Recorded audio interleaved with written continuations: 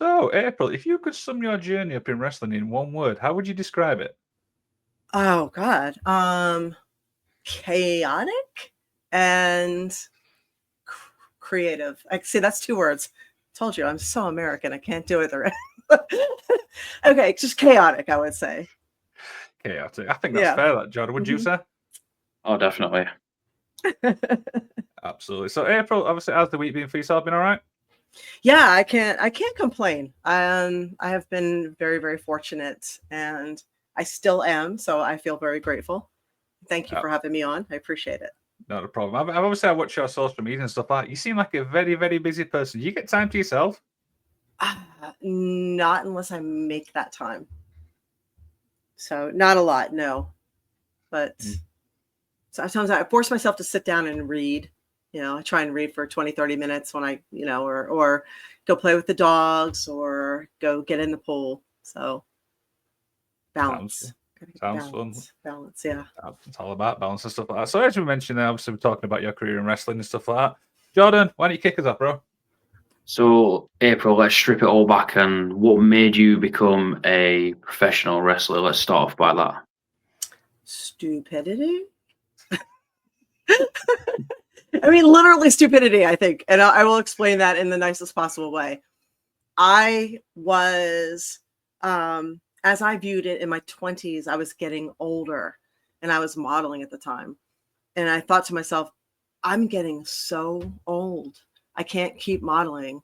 My looks are going to go. I can't keep doing this. Because you know that narrative they tell you where, you only have a certain amount of time. So I did Playboy. And at the time, I was in there with Kimberly Page and DDP was in there as well. And somebody reached out and said, do you want to try out for WCW? So I had this tremendous opportunity to jump kind of from modeling or strictly from modeling into wrestling, which at the time seemed like a career, advancement, shall we say. So I did that. I guess not because I loved it, but because it seemed like the next step due to my short-sightedness. So I would say it's definitely stupidity, but it was something that I learned a lot from. Okay, I think that's fair. And Awesome. was you a wrestling fan at all, or did you not like get any interest at all? I trained for years in martial arts. So I was martial arts, judo, karate, taekwondo. So I was more of at the time it was just UFC. I was a UFC fan. Wrestling to me, growing up and watching what little I was subjected to, because we were military, we kind of transferred around. And when I was living in the deep South, in Alabama, wrestling was a religion there. So, you couldn't spend a Sunday with it, or Saturday with it. Well, let me tell you something, brother. You just hear it from everybody's household. It was just part of, it was the culture. And it just seemed loud and obnoxious and obvious. I did not realize till later that I was part of it. We were witnessing the magic, the heyday, probably the most golden era of wrestling at the time. I jumped in and then learned the history and went backwards and learned to appreciate it as I went forward. And I think that was largely because I trained with Killer Kowalski and kind of we had to learn the history, and we learned a lot there, more than just taking a bump or doing a wrist lock takeover. Okay, I think that's fair. Jordan, back to you, bro. So you mentioned obviously training with Killer Kowalski. Wasn't you one of the only females in his class? At that time, yes. I'm one of the few females he trained, period, end. Yes. So there was only one female in his class until I brought in Nikki Rocks. And then later, Sumi Sakai came in and joined us from Japan. So. Back to you, Liam. Awesome. So, obviously, being the only female in the class at the time, did people treat you differently because obviously you were a female? No. After they got used to me, they had been used to it being all guys for so long that some of them kind of just didn't know what to do with their hands.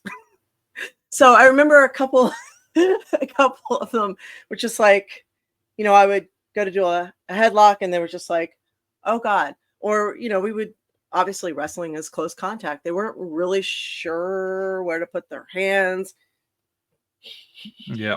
here. And I remember standing in the ring and saying, hey guys, listen, just please, okay. I know, just like they get in the way. Let's just ignore it. Just treat me like one of the guys, please. And we will get through this. I promise. So, but Awesome. yeah, most of them were fine. I remember one guy there who later became a pretty good friend. When he walked in, he would shake everybody's hand except for mine because I was, later on he was fine, but yeah, it was like one of those things. Past that, no problems at all. Okay. John, back to you, bro. So how did you get noticed by WCW? Were you a Nitro girl, if that's correct? I was naked in a magazine, and they noticed that. Fair enough. Fair enough. And like I said, that. I just happened to be in there with Kimberly Page, but I did an audition or a tryout or whatever you want to call it. With I think they were looking at 12 different girls, and they hired 5 or 6 of us at the time. They were really just looking for eye candy to boost the ratings. So it was myself. We were not a Nitro girl, like an NWO girl, I guess it was. So it was myself, Major Guns, or Tylene Buck, Midasia, hang on, Pamela Paulshock, who kind of came and went because she did a bunch of other things. Kim Canner. Is that it? That was it. So we were all picked up at the same time. We're all fitness models. So they were on this fitness model kick at the time, if you remember. So Trish Stratus kind of kicked that off pretty hard, and Tori Wilson. And we all kind of traveled in the same circuit. So, and Lisa Marie Varon, or what was her stage name? I'm sorry, I'm blanking out. She started out as one of the hoes and then became like this amazing wrestler. Leader. No,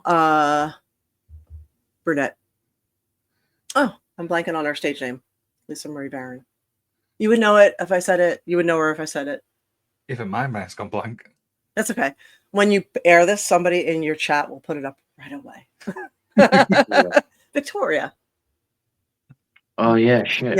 Yep. Fuck. So Yeah. I've had 11 concussions, so my recall is a little bit slow sometimes, but We're tired. We're tired. I know this is late for you, so we get a little bit of a pass for being slow. Yeah, all 3 of us. Absolutely, and stuff like that. So sticking obviously with the WCW thing, overall, how was your experience obviously at WCW? Oh, messy. That was really chaotic there. It was fantastic, and I learned a lot. Oh my God, that was the most unorganized thing I've ever seen in my life. And I've worked Comic Cons. I met a lot of really interesting people, and I learned how touring works. I learned a lot. I learned a lot from the guys. I remember there was a lot of really valuable nuggets of information there. And I learned to really appreciate the athleticism of wrestling. And we had to be there at like 1:00, and we were there till late at night. So sleep was like not a thing, because when you got done, you had to travel to the next venue, which was often 3-4 hours away. So you get out at like 10, 11 o'clock at night. You're traveling. By the time you get in, you're supposed to have gone to the gym. So it was a very, very, very exhausting time. I mean, the thing about wrestling that beats you up is really the travel and the schedule more than landing in the ring. I mean, that does it too, but it's tough. I remember, I think it was Booker T said to me, he said, get 2 of everything. So when you come home, put your suitcase right in front of the washer, you take your gear out, you wash your gear, you put your gear back in, you have 2 of everything. You've got 2 shampoo, 2 conditioner, 2 soaps, 2 everything. He goes, you just take the one at home, you refill it, put it back in your bag, make your life easy. So I still do that. Thank you, Booker. So yeah, so I learned a lot of really good travel tips. Other people are like, just wear black. I think that was one of the girls said that. She's like, just black everything. Black stretch pants, black skirt, black tank top, black t-shirt, and one nice like long black sweater. Just black everything. You will always look good. One black dress. No matter what you need, it's there in the pile. Okay. John, back to you, bro. April, would you say you've always been quite confident? Because you mentioned, obviously, when I asked how did WCW notice you, you mentioned obviously being naked in, what was it, Playboy or something. Would you say, because I'm thinking there's somewhat is confidence in your own body. Would you say you're a confident person? I haven't always been that way, but you grow to be that way. And can you give me 1 second? I have an emergency here. Come on. Yeah. Okay. My dog has to podcast with me. So there he is. Well, there you go. 2 for the price of 1. Yeah. So he gets antsy if he doesn't get to hang out. No, when I was younger, I was definitely not confident. And I think the entertainment business is definitely, it draws people who lack confidence. And you either kind of grow confidence later or you don't. For me, at some point, I think I just stopped giving a shit at what people thought. And I'm not exactly sure when that happened, but man, it was freeing. They just started working and doing my own thing, and people liked it. Cool. If they didn't like it, as long as I liked it, that went for everything. Whether it's painting, writing, posts on social media, all that. So, but no, that confidence was not immediate. That's for sure. Absolutely. So I want us to talk about obviously time in TNA. How did that obviously all start? I think was it 2002 we started TNA? Oh, I started with them when they were doing those $10 pay-per-views in Nashville. So maybe it was that long ago. Yeah, I think so. Yeah, I was the first female wrestler they ever had.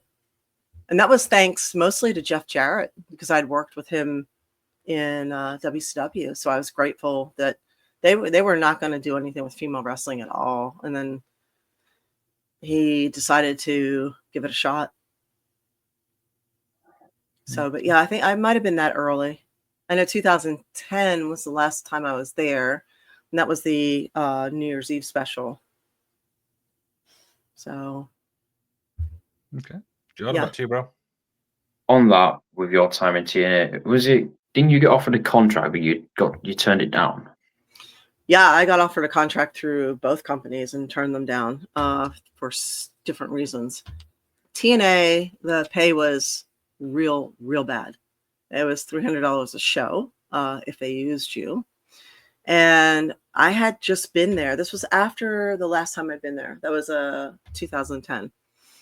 And I had seen them backstage asking people to do moves that they didn't know how to do and weren't comfortable with, but they really wanted people to do it.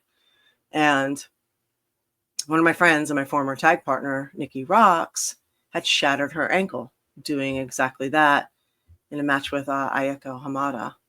And when that happened and she had to go to the hospital, no one was there. No one made sure she got to her flight. No one cared. And her hospital bill was outrageous, and that was on her. So there was no coverage. And in this country, there's nothing. It's all on you. So there's no kind of insurance. The money was $300. There was nobody kind of looking out for you. You couldn't say no, it felt like. And they also wanted you to they wanted me to get medically cleared to come in. And there's really no doctor that's going to medically clear anybody to go in and take those kinds of bumps and put their license on the line. Say, sure, yeah, go jump and land on your head. I don't know. And they wanted us all at the time. They wanted me to do it on my own dime too. So I remember, and at that point too, I was actually like thinking of doing it because that's where I was in life. I was like, maybe I'll do it. And I was married at the time, and my husband's like, "Are you nuts?" He's like, "You're just coming off." I was just coming off a really bad injury where I had I'd broken my back in 2 places and blown out my tailbone disc. He's like, I'm not dealing with that again. He's like, I couldn't walk for like a year and a half. I had to learn how to go through therapy and learn how to walk, and it cost a fortune. And I put a lot on him for that, with that, as far as taking, I couldn't even carry my own groceries. And he's like, I'm not dealing with that again. He's like, you know how they are. The money's not worth it. Why would you even think about saying yes? And it's that wrestler mentality where you're just like, oh yeah, I just want to be in the ring. I want to be in front of the camera. I want to make something of myself. Then, sanity kicked in and I was like, oh, I guess he's right. So I ended up saying no. Okay, fair enough. Talk a little bit about your time on the independent circuit. What was that experience like for you? That was, I'm trying to think of the right words for that one. It was fun. You get to connect with the fans. If you mean by independent circus, circuit. You get to, are you talking about overseas, like the tours and everything too? Yep.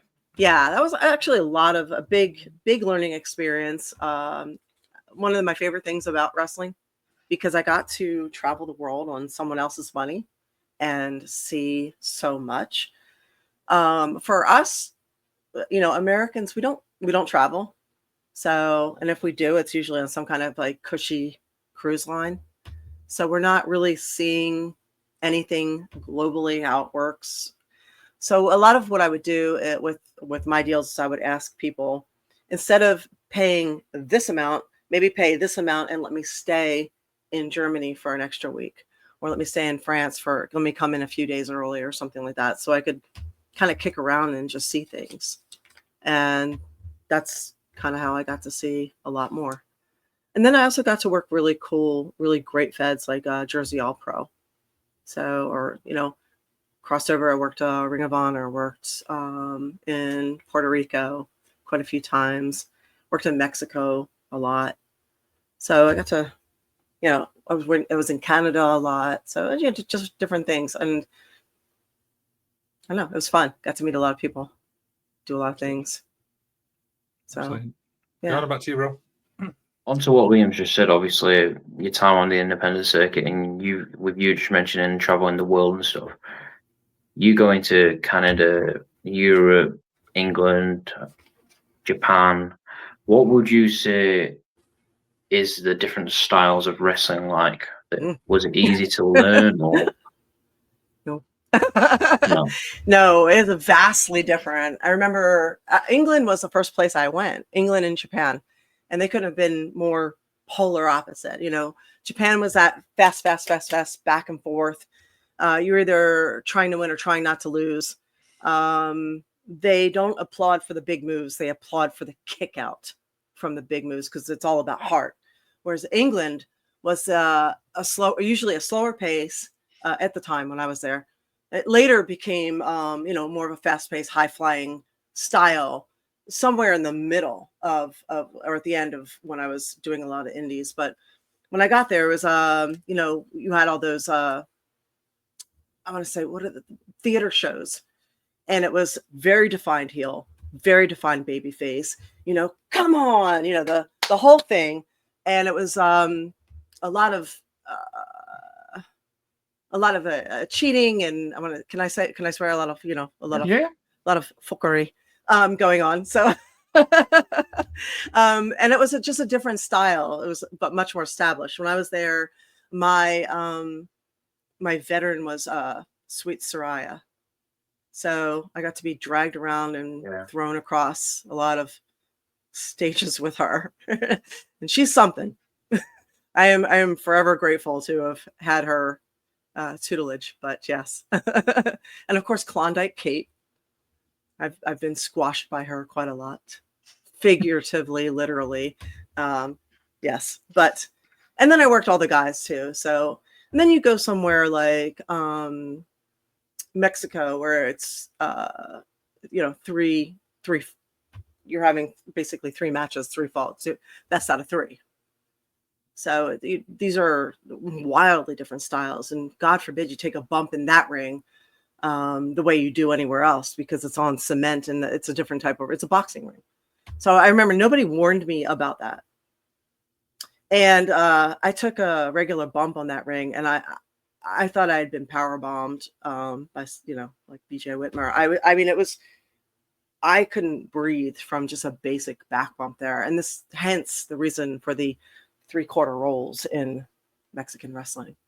So, yeah. Absolutely. So, with everything you've done in your career so far, what's some of your personal matches which you're proud of? Oh, that's a good question. Thinking. Let's see. I'm thinking. I worked Mima Shimoda in Cork Hall, and it was sold out. So we were the headline match for that one, and it was a really fun match. I'm sure it was more sold out due to her than me, but that was a really, really good show. It was a really cool opportunity. I was one of the few Western women going back and forth to Japan at the time, and they just kept having me back, and I was staying longer and longer. So it was, I grew to really love Japan and love the culture there and the history, and it's pretty cool. I really liked working Vesna in Germany. So she was a tough one. I wish I'd been in better shape. I was just coming off of bronchitis, so I was having a really hard time with just keeping up. I mean, I literally just came off bronchitis, so I was like wheezing. But she was an amazing opponent. I worked the Dirty Rotten Scoundrels, and I think, I don't know if I'm the only one or the first female to hold the male tag team titles in Jersey All Pro. And then I also somebody just sent me a match that Ring of Honor had with Sumiya Sakai and I, and that one was a pretty decent one as well. So yeah, I've had a bunch of fun ones. I've had some really bad ones too. So, usually the really bad ones make the internet a lot faster than the really good ones, I've noticed. The weird thing is, you're not the first person to say that. Oh my God. Yeah. So, Okay. John, back to you, bro. So what would you say, April, is the most rewarding thing about being a professional wrestler?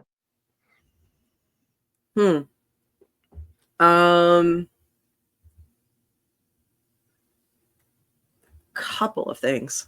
One of the things I really liked the most is the fan art. So, and I'm in a lot of comic books. So I've worked with George Perez. I had already worked with Boris Vallejo before this, but it gave me more opportunities to work with, high-end comic book artists from Marvel, DC, things like that. And then a lot of the fan art too. A lot of these fans are as good as some of the top paid artists. They just haven't gotten discovered yet, and they will send you a lot of really cool things. That's definitely one of the perks. Being able to travel the world. I had a different worldview before wrestling, and we don't learn a lot in our schools. We don't learn a lot of history, like real history. We don't learn a lot of geography.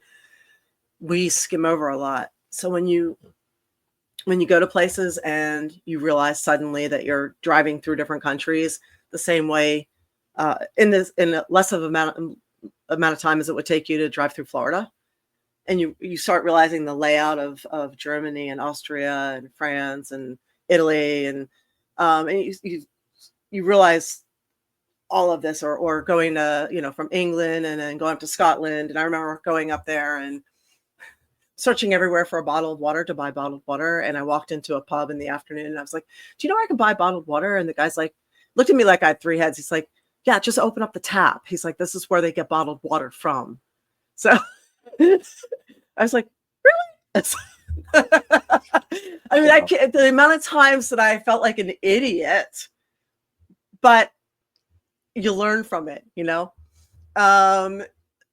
so apparently I learned that Scotland's where you get the bottled water from there. So different things. Going to Ireland. I remember we were working and we had to, for the first time I ever experienced machine guns was not in America.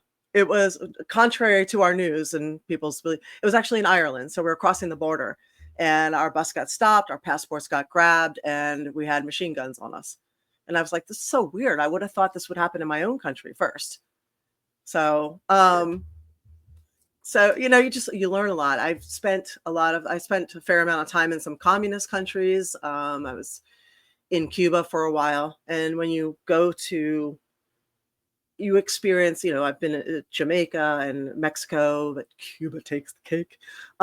You experience this kind of abject poverty where it's just, there's like so little there. I mean, even just being able to have water come out of a tap or electricity, because electricity is not a given anywhere, and neither is toilet paper or soap. Like places where you stay, it's considered a luxury to have soap or toilet paper. So to go there and experience that, Romania, Bulgaria, and we're in Romania, I needed to be escorted everywhere because the amount of gangster stuff going on, I had to be all the time. So, I mean, you take things for granted, where my own country in America, like I said, contrary to the news and belief, where we don't have shootings happening all the time and we are safe to walk around at night and all these things. Believe it or not, it's really different when you actually need to go somewhere and they tell you to, if you see this type of a black car, go the other way and don't be out after dark. And if you see this, go move this way and hurry up and go inside. So it's different. So once you spend time, sitting down with locals and learning how to cook their food and hearing about their problems and finding out that even if you have money, you can't get what you want. You couldn't go and get what you need, or, this is what's going on, or that's what's going on. And you learn different things. You go home, you come home here and you realize, I can flip the switch and the light comes on. I can open up the tap, the water comes on, and you see your neighbors complaining about somebody not mowing their lawn. And you're just like, oh my God, these are not real problems. These are not real problems. Stop. So it gives you a different worldview. So, yeah. Let's just basically describe the UK scene in a nutshell. Oh, yeah. How so? Yeah, everyone's just complaining about absolutely anything. Do you know what I mean? Everything you probably name, people just absolutely moan about it. I think you probably agree with that, John, don't you? Definitely. I mean, if it's hot, people moan. If it's cold, if it rains, they moan. They moan about the weather, just the politics, the government. No one's ever happy. Yeah, I don't remember. I remember I was over there a lot, and because I was dating somebody from London, and then later I was working in Midlands a lot for a promoter, and then I was also sponsored by a supplement company there, nutrition, Extreme Nutrition, out of UK. So I was working the fitness stuff and working there for that too. And especially in the London area, you could go like 2-3 days before someone said hello to you or smiled. And I remember getting almost stampeded, run over on the tube. Like, just, there's usually an order to things, right? You let people off before you try and get on. There didn't seem to be that order, though. It's just like everybody was a free for all. It was like, this is Sparta, So, and just, it was the mood matched the weather. I remember I had a sweatsuit, and I instantly regretted it because I brought this brightly colored, it was a pink sweatsuit, and everybody's like, you're American, huh?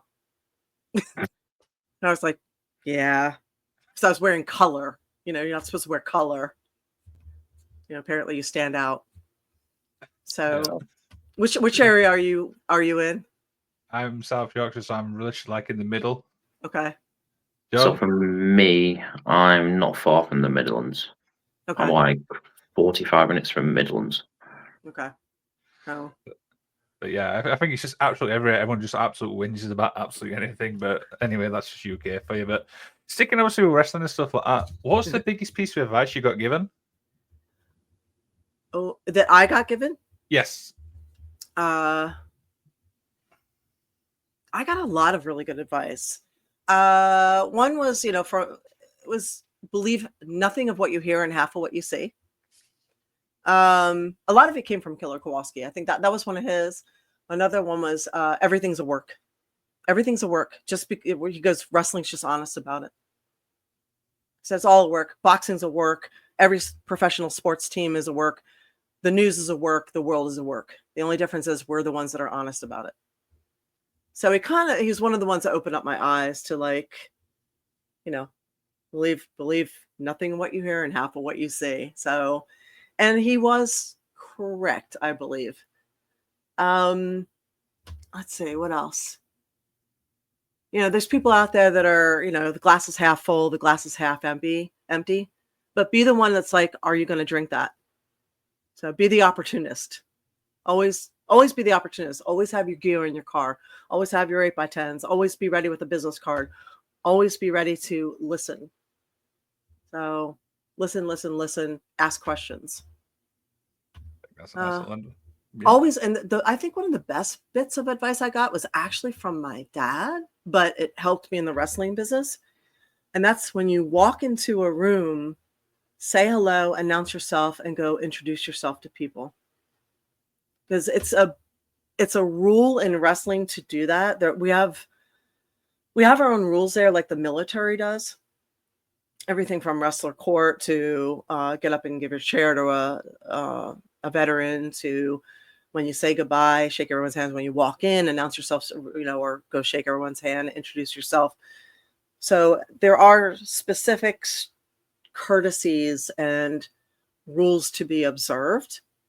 And like I said, growing up military was the same thing. So I think that's sort of what saved my ass a lot, was observing those military rules in wrestling the same way. And I think a lot of people forget to do that when you walk into a room, like say hello. It's weird to me how closed off people have gotten. As we get more and more connected, we get more and more disconnected. So, and that's something I try not to do. I have my group of friends. We're always willing to bring more in. We keep a good circle. We stay connected. So, yeah. I think that's a good little bit of advice. John, about to you, bro. So obviously, April, you retired in 2014. What is life like after wrestling for you? I went back to school in 2016. I went back to Full Sail. I went back to school. I went back a few times for different things, but I went back full time to Full Sail University and got my degree in 2019 in writing for entertainment, so I could be on the other side. Let's see, what's here? Do I have it? Yeah, I wrote a couple of books, including a children's book. So that's on Amazon. So it's a fun one. Actually, yeah. It's your queen. Well, used to be. Anyway. But it was inspired by my own corgis. I have a homestead. Let me put that somewhere. I'm not gonna mess it up there. I have a homestead, so I, grow food, and I had chickens for the longest time, and managed some property. And then I also have a podcast. So the A Show there. And that's weekly. So we get on there and we talk to fans, and they're part of the show, and we have different topics. And matter of fact, this past week we discussed the history, lies, and deception that created American healthcare. For a lot of people who are not, we try and bring the light. We don't pull any punches. So we cover everything from the news that you're not actually getting from the news to we talk about esoteric topics, energy and all that, and just fun topics. Sometimes we cover wrestling. We do all kinds of stuff. Like I said, we just had Shelly Martinez on there today to pre-tape for a show coming up in 2 weeks because I'll be on the road. So we have all different kinds of interesting guests, from wrestlers to people who translate dreams and everything in between. But yeah, this show was about what destroyed our healthcare. Why basically every other nation is still using plant medicine and what we call alternative medicine, except for the 5 that were basically colonized by England. So you have, including England, you have Canada, America, Australia, New Zealand, and they've all opted to go to straight, what we call as a Rockefeller style medication, which was the petrochemicals that became, pills and shots. So whereas most other countries still integrate some type of homeopathic medicine. Incidentally, the 5 countries that were led by England are also the most unhealthy and are the heaviest. So, no offense. So, at least ours is anyway. Canada's not too far behind. So yeah, so we just covered a lot of that and what people can do. Knowledge is power kind of thing. So that's that's the A Show. We're on Twitch on Tuesday nights, and we're on YouTube on April Hunter on that channel. So yeah, set your notifications. You can also find me on patreon.com, April Hunter, right there. So we run them on there and on Rumble as well. What we'll do is after this show, we'll put all links in the description of this video so people can obviously jump there for you. How's that? Cool. Awesome. Just going to say I am subscribed to your YouTube channel. As am I. Just going to say I am subscribed to the YouTube channel. Oh, sweet. Thank you. Appreciate that. That's nice. So I want to ask you about the Kill City Cup. Now, we spoke to Brian about this, and how did this all come about? Because it is really unique. Oh, okay. So Brian's awesome. He is awesome to work for. He is a creative force, that's for sure. I don't know how it came about. I just know that out of the blue, he contacted me and said that he was, doing this creation. I thought it was a wrestling show. I didn't realize it was going to be like a 55-minute movie. Mm-hmm. What would you call that? I'd say it's like a movie. It is kind of like a movie. Film. So, yeah, it's a film. It's like if you take video games and comic books and wrestling and merge it together, that's what you have. So I was supposed to do more in that, and I couldn't at the time. So I ended up just being kind of ringside. And it was a fun thing. It was a long day of taping. So we were doing it during COVID. So I think that's what happened is it was really just during COVID and nothing was going on. So we were all available. So it's like, do you want it? Yes, we want it. We want to get out of our houses. So I think that's what happened pretty much. And Brian was fun to work with. And then we got Kill City Cup. Yeah, but still, I've definitely watched it. How would you describe it for people who've not seen it? It's ridiculous. Some have called it the worst wrestling movie in history. Others have said that it's a lot of fun, and they love it. It really depends on your view. It is a story. I want to say it's kind of like the wrestling version of The Wizard of Oz, maybe. I don't know. Well, how would you describe it? I'm not The Wizard of Oz. No. How would you call it? I would say you got an overlord that makes everybody fight for it's Kill City Cup. You got to fight for the cup, right? It's like survival of the fittest, isn't it? Hunger Games. Yeah, wrestling Hunger Games. Yeah, it's. I recommend it to everybody. It's just so unique and stuff like that. But it is. I didn't expect the Wizard of Oz thing. Yeah. Yeah. Okay, so yeah, wrestling Hunger Games. I like that one. Yeah, wrestling Wizard of Oz. You got the main guy running everything, Sponsored by. Huh? The man behind the curtain. Yeah, literally. Uh-huh. Killer City Cup, the Wizard of Oz. So acting, April, is that something that you would like to get more involved with? No, not really. I've had I've done some films mostly in the horror genre or playing somebody's wife. Like I was Don Fry's wife in a comedy movie. So just if something comes up where I fit, I'll end up, somebody will ask me to do the audition, but it's not really my thing.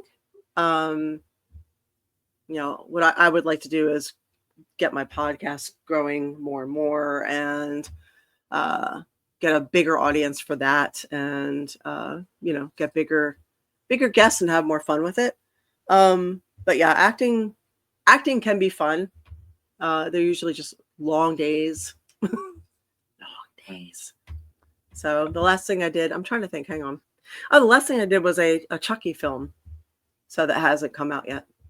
I play Chucky's girlfriend. Okay. Yeah. Oh, I love Chucky films as well. That's going to be Oh, do interesting. you? Yeah. So do I saw the last one with Audrey Plaza in it. If you, I put up a behind the scene clip on TikTok.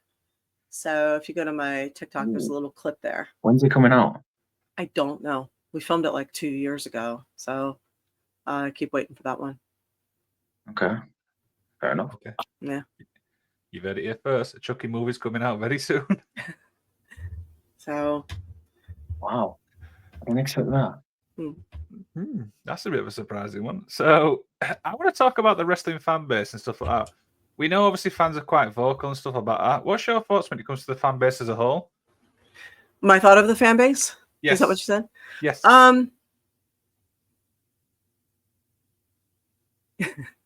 They're usually like the worst fans in entertainment as in general. I mean, not all, but a lot of them. And I know there some will take exception with that, but they're often not the nicest, not the most understanding, and quite difficult. Now you have those magical people who are extremely amazing. So I'm not going to say all, but you do see some pretty hard stuff across the board. As I have heard said multiple times, wrestling fans are the hardest and most brutal fans in all of entertainment. So, not mine, of course, not my wrestling fans, just in general. Just in general. Huh? No, but yeah, no, I actually have some great fans. I'm very, very fortunate. I'll tell you what, though, the ones that surprise the hell out of me are the Japanese wrestling fans. They do not forget anything. They will bring a magazine from 40 years ago to a show that they have saved in their tiny apartment or whatever, and their tiny house, and they will have that signed. They will find these things. So they are diehard fans. If they love you, they love you. So Mexican fans aren't too far off. So they are pretty diehard. So still waiting for you to say the UK. Yeah, that's what I'm waiting for. I have not had enough experience with the UK fans, but they have been pretty good to me. So when I think of wrestling fans, the first thing that comes to mind, honestly, are American wrestling fans, because that's where I'm inundated with. And the American, now I'm primarily aiming this comment at American wrestling fans. They get easily triggered. Their feelings get hurt. They get their backs up very easily. They read into things far too much. And they don't always have a sense of humor. So you can buy a lot of things in America. Sense of humor is not one of them. So it's and they love to fight. They love to fight with you. So, and they forget that this is a really difficult job, and it requires a lot of athleticism. So I think that they think that they could just go out and do it, maybe because they've bounced on a trampoline a couple of times. I don't think they understand everything that goes into it. So often they're extremely disrespectful too. So not all, again, not all. And then you have the ones that are, like I said, amazing. They're diehard. They're there for years and years and years. They'll do anything. They show up at the Comic Cons and the shows, and bring you your favorite coffee because you mentioned it once on Twitter what you like, and they show up with it. So you get like one or the other. It seems like. Okay. What's your opinion of the wrestling fans? You tell me. I think they're quite toxic. Do you know what I mean? And I do feel like social media does play a big part of that. I gotta agree.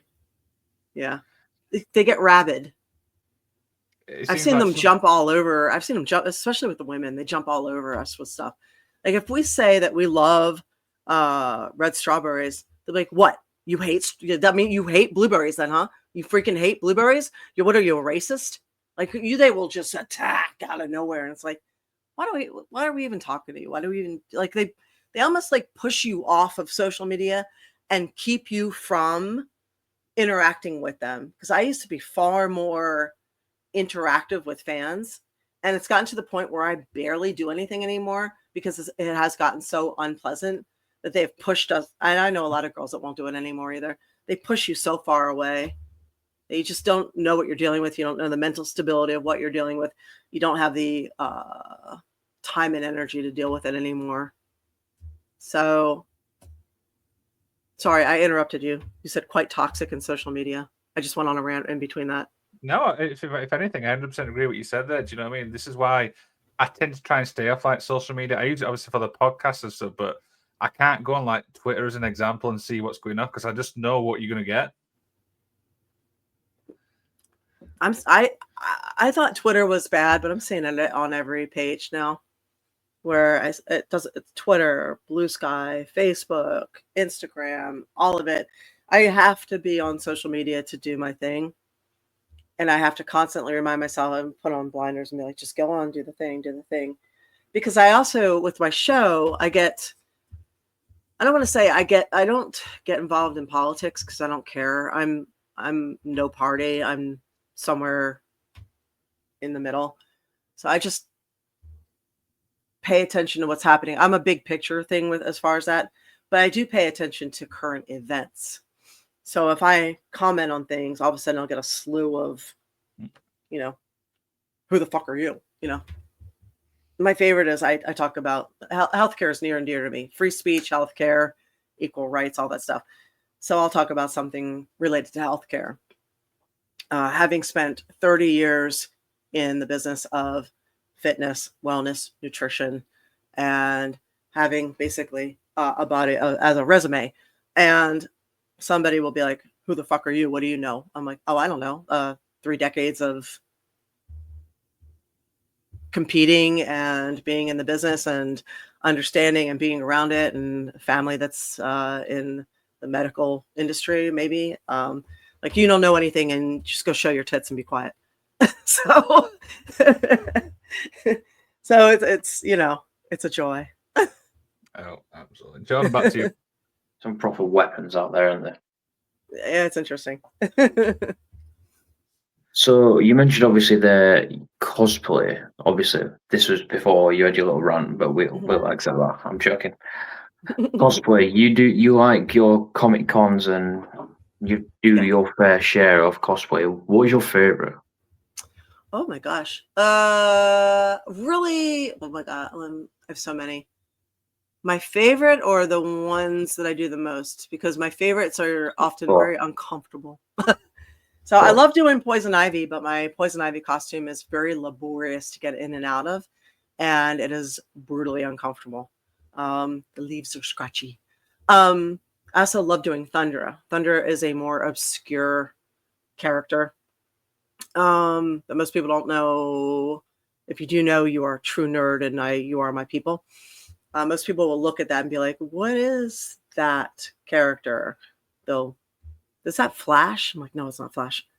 But I probably one of my favorites to do is Jessica Rabbit. See that? Yeah, it's an easy costume. It's fun. Shockingly, everybody knows the character, even young people these days, which surprised me, because I mean, this movie came out ages ago, but still, young people know it. So it's fun. I have my Roger Rabbit, and now I've started doing a lot of mashups with it, where I'm doing Nurse Jessica Rabbit or Vampire Jessica Rabbit. I did St. Patty's Day out at Jessica Rabbit. So, and do, have fun with it that way. So. Okay. I think that's awesome. So, do you watch wrestling still as a fan? No. Straight to the point, no. Okay. No. If I'm John, gonna about you. if I'm gonna spend time on something, I'd rather watch a series. So, especially after going through and getting my degree for writing for entertainment, I would rather watch something that I can learn from if I'm writing a script. So, right now I'm watching Westworld, or watch The Bear or something like that currently. Do you still watch wrestling? Yes, obviously. We're doing a podcast on wrestling. Yeah, but that doesn't necessarily mean. Do you watch it on Fast Forward? Anyway, John, about to you. So on that question, I'm very selective with the wrestling that I watch. I don't sit down 3 hours and watch Raw, but I watch the clips. Do you know what I mean? Aha, you do watch it on Fast Forward then. What's Fast Forward? Watching the clips. Yeah, fair enough. Yeah. I like Japanese wrestling. I will always watch that. Yeah. So, who's your favorite Japanese wrestler? Your favorite Japanese wrestler? Ayako Hamada. So I also like Momo Nakanishi. As far as female wrestlers, they're both very good. So a couple of my favorites to steal and tweak from. So you don't say steal, you said borrow. Right, exactly. Inspired from. So there you go. Yeah. John, I've got no further question, mate. You got any? So April, it says on Twitter you're a healer. Mm-hmm. Talk to me about that. So one of the things that I do on the side and that I am finishing my classes for is coaching and therapy. So I do basically coaching and therapy for people. So people will come to me with some aggravation or some problems, and I will try to help them root out the bigger issue or that they're dealing with, or where they need to change course, I guess.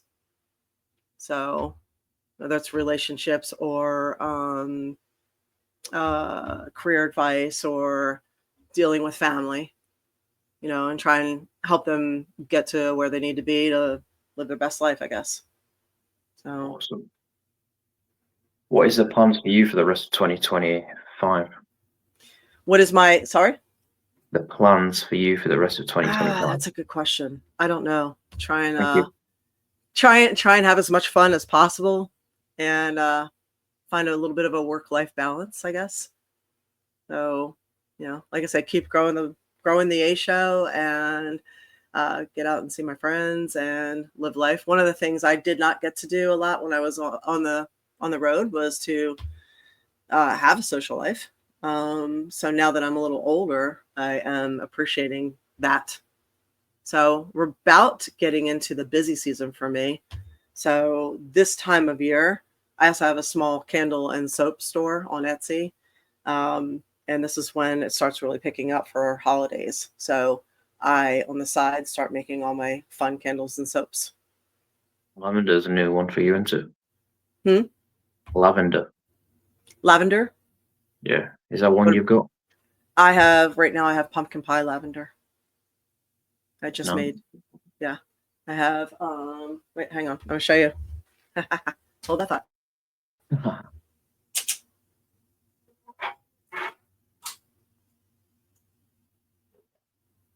I've enjoyed this. No stupid people. I'll get that. Love it. This one's my new one. It's called Headless Harvest. Oh. So, yeah.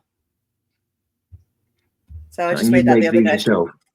And you make these yourself? I do. Yeah. This one is This one is pumpkin, apple orchard, spicy peach, and bonfire. So, and then I have another one over there. I went through all the pumpkins, so it's pumpkin time, you know. So I did pumpkin lavender soap, and then another one called Winter is Coming, and that one's cardamom and pumpkin. Do you ship international?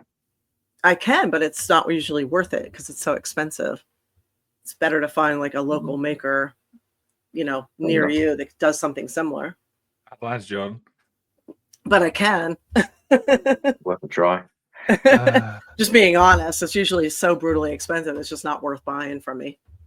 No. You mentioned earlier you are a little bit older now, so obviously it's your birthday coming up. Do you have any plans?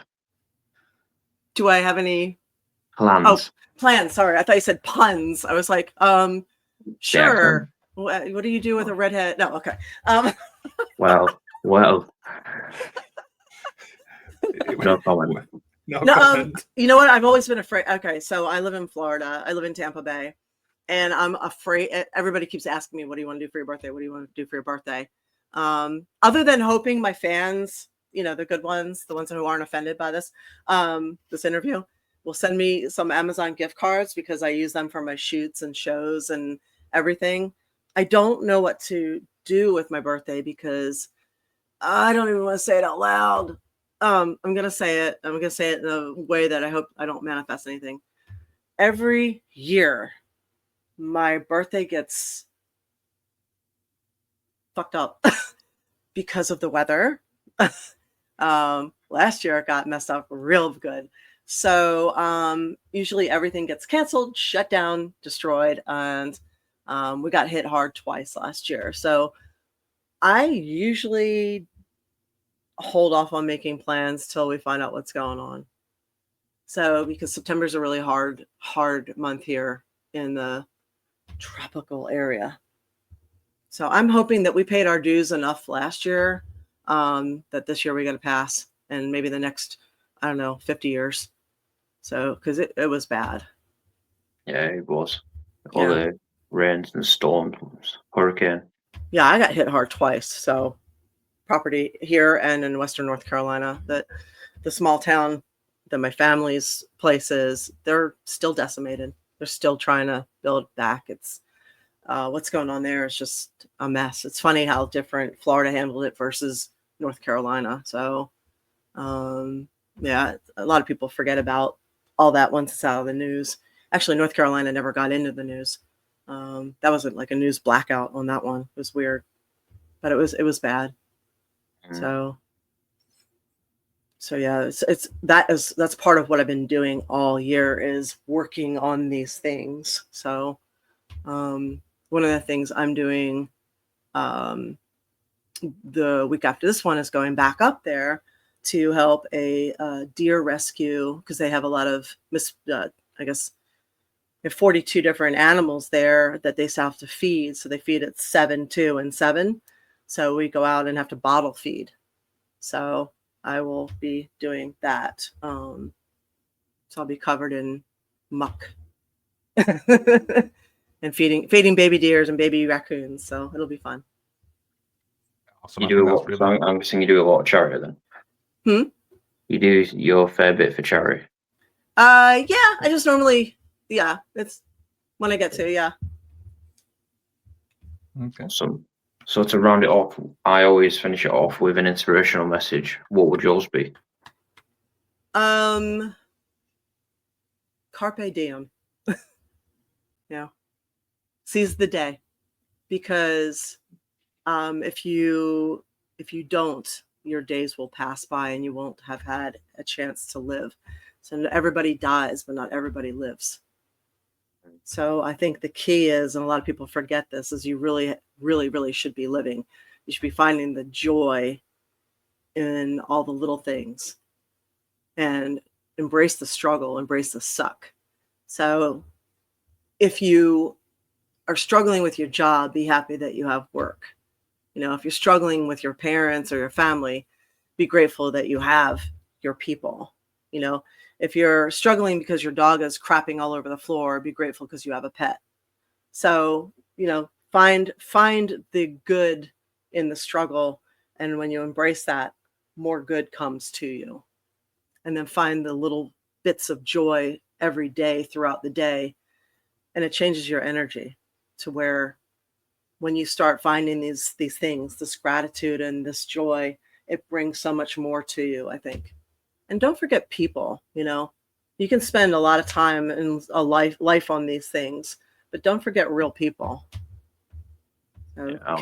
Connect to real people. Find your people. I think that's an incredible thing. Yeah, that's an incredible thing to end on. April, it's been an absolute blast. Thank you so much for taking the time to talk to us. I know we've always been trying to book this for quite a while, but you finally got the chance to talk to you. Thank you so much. Thank you. Yeah. Thank you for being patient too. I really appreciate it. And thanks for having me on.